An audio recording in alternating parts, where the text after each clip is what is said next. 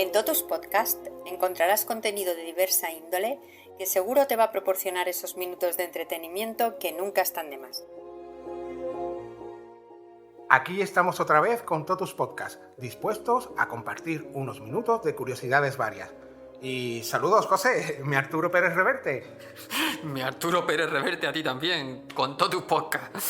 Esta vez ha sugerido un programa titulado Una cosa rara. Y conociéndote como si te hubiera parido, me atrevo a asegurar que detrás de ese título vamos a desgranar unas cuantas curiosidades bastante entretenidas sobre qué es exactamente esa cosa rara de la que vamos a hablar en este programa. Pilla los binoculares, compañero. Nos vamos a la ópera.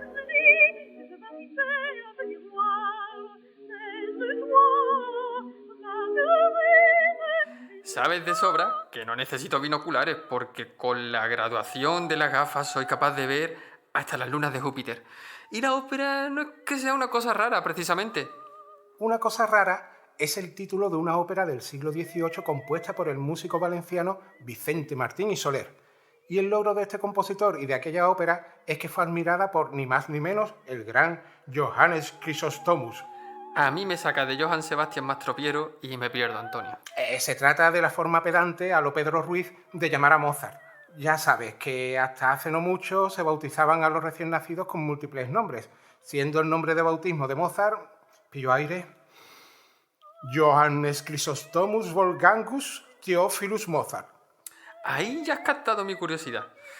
¿Cómo llegó hasta Mozart una obra de un compositor valenciano que se llamaba Vicente Martín? ¿O es que acaso al pobre de Vicente solo lo bautizaron con un nombre? Por supuesto que no. ¿Qué te crees? Vuelvo a pillar aire. Atanasio Martín Ignacio Vicente Tadeo Francisco Pellegrín Martín y Soler. Yo hubiese escogido a Atanasio para pasar a la historia, pero bueno, allá cada cual con sus decisiones. Pero a ver, ¿qué me tienes que seguir contando más cosas de este compositor? Verás qué interesante, José. Ya sabemos que era de la millor terreta del Món. Nació en mayo de 1754 en el seno de una familia muy ligada a la música. De hecho, su padre se dedicaba a cantar en el coro de la Catedral de Valencia como tenor. Y pasó como suele pasar en los carnavales de Cádiz, donde los hijos de los autores de agrupaciones acaban también ligados a la fiesta. Pues aquí igual. Lo que quieres decir es que el padre enchufó al hijo para que cantase en el coro. No se te escapa ni una. Me vas a tener que prestar las gafas algún día. Eso fue lo que pasó. Que Vicente Martín y Soler ya desde niño se acostumbró a la responsabilidad de estar en el coro de una catedral. Afinación, entonación, memorizar, ensayar y como no se le daba mal, un maestro de la capilla lo fichó para darle lecciones de música. Guarda cierto paralelismo con la biografía de los grandes compositores de aquel siglo, Mozart, sin ir más lejos. El caso de Mozart es muy especial en el tema de la precocidad, pero así es. El compositor valenciano tuvo una niñez a la altura de los grandes, al menos en lo que se refiere al contexto familiar y educativo en el que se desenvolvió, muy vinculado con la música. Y esos paralelismos a los que aludes bajan a un nivel de detalle muy curioso, porque Vicente Martín se marchó a los estados pontificios a seguir su formación musical, siendo su maestro Battista Martini, un amigo íntimo del padre de Mozart, aunque a Mozart también le llegó a dar clases. Entonces, Mozart y Vicente Martín debieron tener casi la misma edad. Sí, Mozart era 1 año y medio más joven que Vicente Martín, ahí más o menos. El siglo XVIII no fue malo para la música. ¿Cuándo empezó a destacar Vicente Martín como compositor? Se sabe que fue a Madrid a buscarse la vida como compositor. No era mal sitio, porque por entonces eran ingentes los estrenos de zarzuelas, de óperas y de obras musicales de toda condición. De alguna manera consiguió hacerse hueco en la programación musical de los denominados reales sitios, que son aquellos que el Estado usaba para las ceremonias y los actos de carácter oficial, palacios, teatros, etc. Y consta que cuando tenía 21 años estrenó una ópera bufa llamada El tutor burlado. En la Biblioteca Histórica Municipal de Madrid se conserva la partitura. Ahora me toca a mí ejercer un poco de Pedro Ruiz para explicar a los oyentes de Totus Podcast que se conocía como ópera bufa a aquellas que tenían una temática de comedia o humorística, y que en un subgénero de la ópera bufa es ni más ni menos la zarzuela española, más cercana y accesible. Muy oportuno tu ejercicio petrino, porque aquella ópera bufa del joven Vicente Martín tuvo bastante éxito, tanto que la adaptaron como zarzuela con el título La Madrileña. No sé si mi esperanza con engaño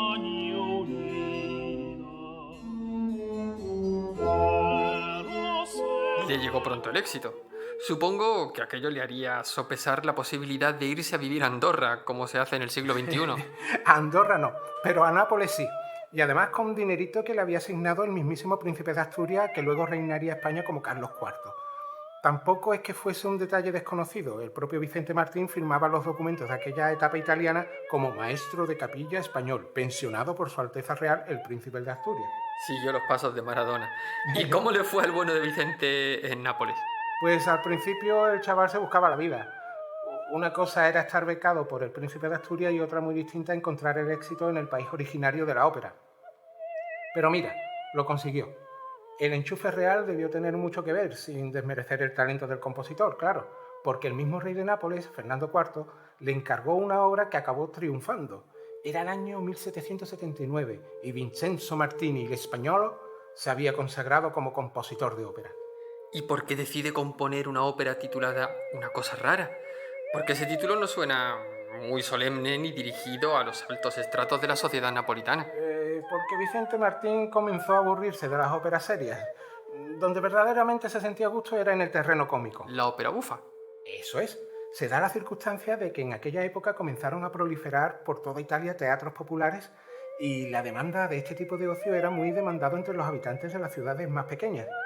A Martín y Soler le gustaba la idea de hacer giras con sus composiciones cómicas y se lanzó a ello, sobre todo por el norte de Italia.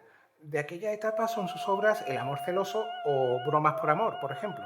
Y nos vamos acercando a una cosa rara. Por fin. Es en este periodo cuando compone esa ópera. No me refería a eso. Ya llegaremos a ello, pero no te preocupes. Vale. Me refiero a una invitación que recibió de Isabel María Parreño, esposa del embajador español en el Sacro Imperio Romano Germánico, que dejase Italia y se instalase en Viena. Muy claro lo tuvo que ver Vicente Martín porque aceptó la invitación de aquella señora sin mirar atrás. Bueno, quizás no fuese tan raro, ¿eh?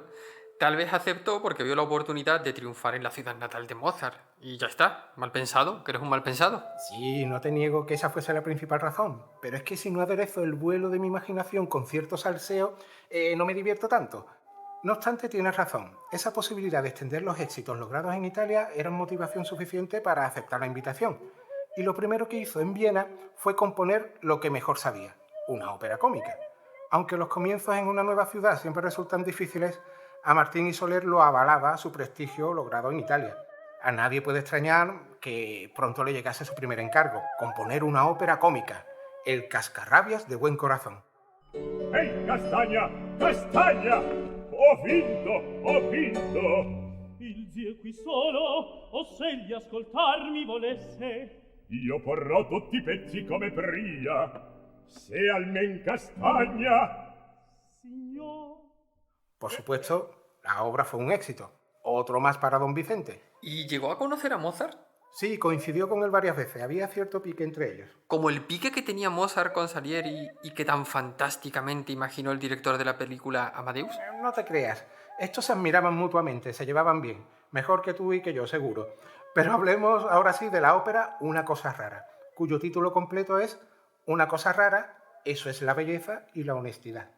Se estrenó el 17 de noviembre de 1786 y fue tan grande su éxito que eclipsó a las bodas de Fígaro de Mozart. Caray, pues eso no sale en la película. Es más, creo que en pocos libros de historia de la música se menciona este arrollador triunfo del valenciano sobre el vienés. ¿De qué va esa cosa rara de ópera? La trama de Una cosa rara transcurre en 2 actos de casi 1 hora cada uno. Cuenta un enredo que tuvo lugar en Sierra Morena en el siglo XV entre el príncipe Juan, hijo de la reina Isabel, al que le da por encapricharse de una joven llamada Lilla, que ya estaba prometida con otro hombre, con Luino, a quien permanecía muy fiel. Y esto pues le daba coraje al príncipe. Y para que veas que el salseo con arte es divertido, José, porque la elección de Sierra Morena como el sitio donde se desarrolla el argumento no es casual. Era un guiño a la procedencia de Isabel María Parreño, la esposa del embajador. No me puedo creer que un valenciano llegara a tener en Viena más éxito que Mozart. Y que el embajador. Pues así fue.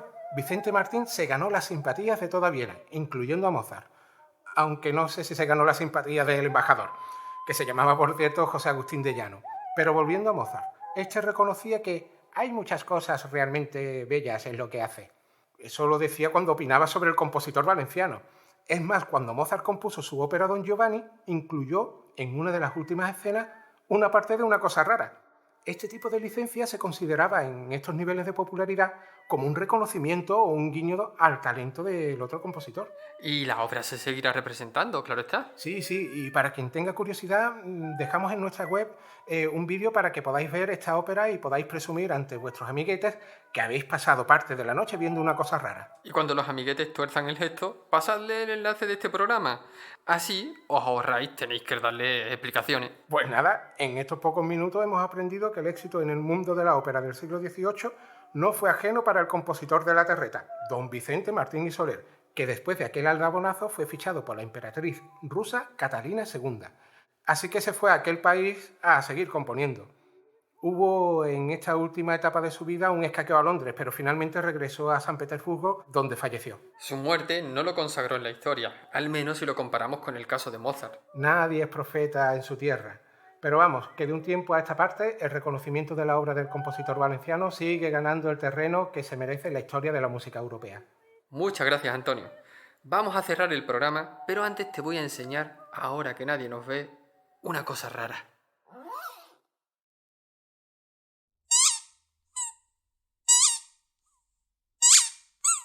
No, God! No, God, please, no! No! No! ¡No! Gracias por escuchar y apoyar Totus Podcast. Síguenos en la web www.totuspodcast.com y en nuestras redes sociales. Hasta el próximo programa.